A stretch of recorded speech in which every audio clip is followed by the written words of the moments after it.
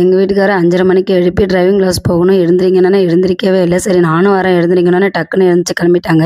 எங்கள் வீட்டுக்காருக்கு எங்கே போனாலும் நானும் கூடவே இருக்கணும். அதே போல் எனக்கும் அவரும் கூட இருந்தால் தான் நல்லா இருக்க மாதிரி இருக்கும். 2 பேருமே டிரைவிங் கிளாஸ் போயிட்டு வந்து அதுக்கப்புறம் காலை சாப்பாடு குழந்தைங்களுக்கு கொடுக்குறதுக்கு ரெடி பண்ண ஆரம்பிச்சிட்டேன். இன்றைக்கி நம்ம வீட்டில் என்ன சாப்பாடுன்னு பார்த்திங்கன்னா வல்லாரைக்கீரை தான். எப்பொழுதுமே நம்ம வீட்டில் வல்லாரைக்கீரையும் பீட்ரூட்டும் அதிகமாகவே இருக்கும். இன்னொன்று புளிச்சக்கீரை, இது 3மே நான் அதிகமாக எப்போ கிடைச்சாலுமே வாங்குகிற பொருள். இன்றைக்கி நம்ம வீட்டில் சாப்பாடு என்னன்னு பார்த்தீங்கன்னா பீட்ரூட் பொரியல், வாழைத்தண்டு, பாசிப்பருப்பு போட்ட கூட்டு, அப்புறம் வல்லாரைக்கீரை துவையல். இதான் இன்றைக்கி பிள்ளைங்களுக்காக நான் செஞ்சுருக்கேன். கண்டிப்பாக என் பிள்ளைங்களுக்கு வந்து இந்த வல்லாரைக்கீரை துவையலும் பாசிப்பருப்பு வாழைத்தண்டு கூட்டும் கண்டிப்பாக அதுங்களுக்கு பிடிக்கவே பிடிக்காது. பிள்ளைங்களுக்கு பிடிக்கலங்கிறதுக்காக நம்ம செய்யாமல் இருக்க முடியாது. ஃபஸ்ட்டு அதுங்க பிடிக்கலன்னு தான் சொல்லுவாங்க. எப்படியாவது அதுங்களுக்கு அடித்து கொஞ்சம் ஊட்டி விட்டுட்டோம்னா அதுக்கப்புறம் விரும்பி சாப்பிட ஆரம்பிச்சிருவாங்க. நான் என்னோடய ஹெல்த்தை ஒழுங்காக பார்த்துக்காதனால தான் இன்றைக்கி எனக்கு வந்து கை வலி, கால் வலின்னு எல்லா வலியுமே எனக்கு இருக்குது.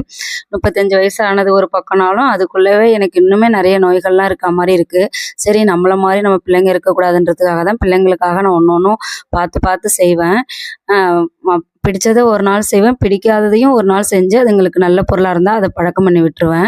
இந்த வேலையெல்லாம் முடிச்சு விட்டு பிள்ளைங்களுக்கு ஸ்கூலுக்கு சாப்பாடு கொடுத்து விட்டுட்டு இன்றைக்கி செவ்வாய்க்கிழமை இல்லை, அதனால் எப்பொழுதுமே நான் வந்து ஒரு காளியம்மன் கோயிலுக்கு போகணும். ஒரு 9 வாரத்துக்குன்னு முடிவு பண்ணி வச்சுருக்கேன். அதனால சிந்தலக்கரைக்கு வந்துட்டேன்.